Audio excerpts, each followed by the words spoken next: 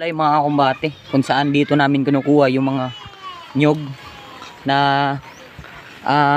yung binagbalatan kanina.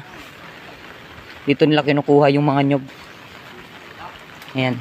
Papakita ko sa inyo mga kumbate kung paano yung proseso na pagkuha nila.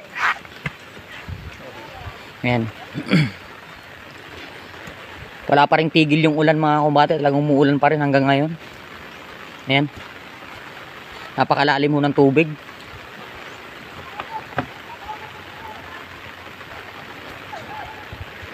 Ayan po. Ito yung pamamaraan kung saan para madali hong makuha yung nyog. Itong mismong kahoy na to or itong kawayan, nilalagyan ho nila ng 9mm. 9mm na kabilya, na steel bar. Kaya 9mm na steel bar yung nilalagay nila. Dito yan mismo nila kinukuha. Ayan. Ayan naman, nakalutang mga kumbate, mapapansin yan. Pakita mo nga, Jilo. Jilo, pakita mo nga yung ano. Ayan. Pakita mo muna. Pakita ba? Ayan yung pamamaraan mga kumbate. Ayan, yung pinagtalian ng goma na merong 10mm na steel bar. Pakita mo nga, Jilo. Kunin mo nga yun. Ayan yung pamamaraan mga kumbate para madaling makuha yung mga nyog. Ayan. Mapansin nyo. Oha. Napakadali lang no? Easy lang yung pagkukuha. Balilat nang nakuha nila. Kunti na lang yung dito. Bali hinakot na nila lahat. Ayan. Ito yung mga nakuha nila. Ayan, bali babalatan yan. Bebenta na agad. Ganyan lang yung pamamaraan. Easing proseso. Ayan. Hindi na kailangan languyin yan mga kumbate. Ay, hindi nakuha, sayang. Hindi na kailangan languyin yan. Kasi pag linanguy mo to mga kumbate, napakalalim ho nito kung susumahin lang. Napakalalim ho, kaya ginawa nila ng imbento na akma sa na madali lang makuha yung nyog. Ayan si Zilo yung yung leader dito.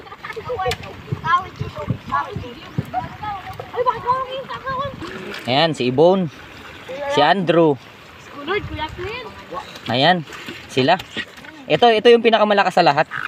Ito. Si ano pangalan nito? Jubit Balibino.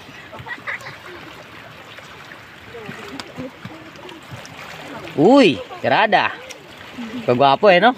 Ayan. Bali ito yung sumabit, hindi mahulog-hulog. Ayan.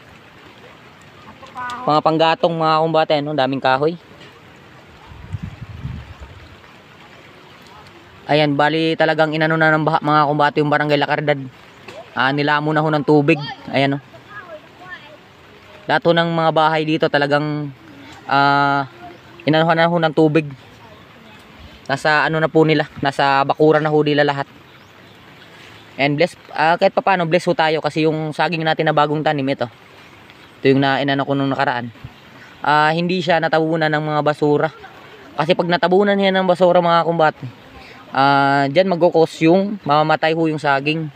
Kaya ito, hindi ho yun mamamatay, dagawa ng itong basura na to, hindi napunta dito.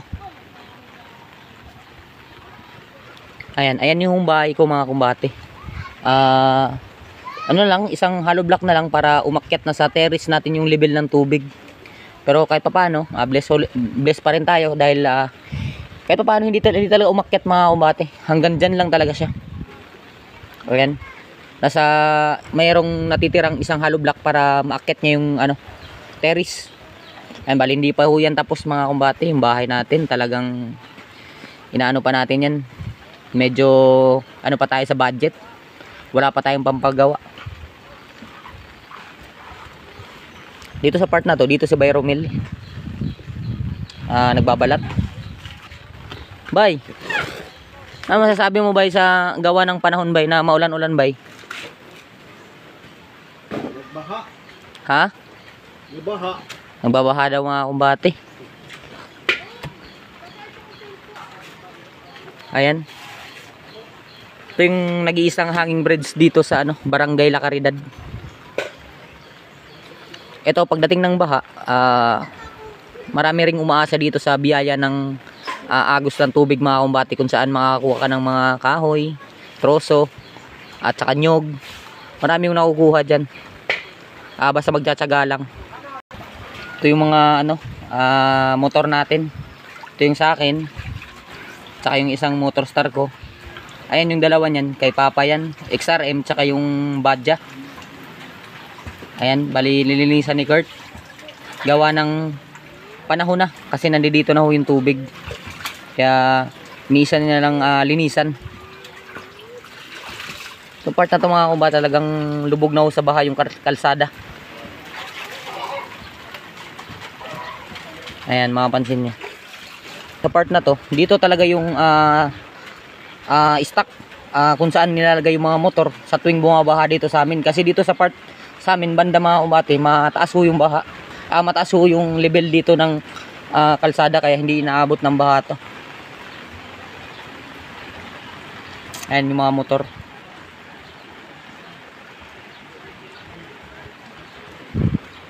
Ito yung mga motor, sasakyan, dito ilalagay lahat.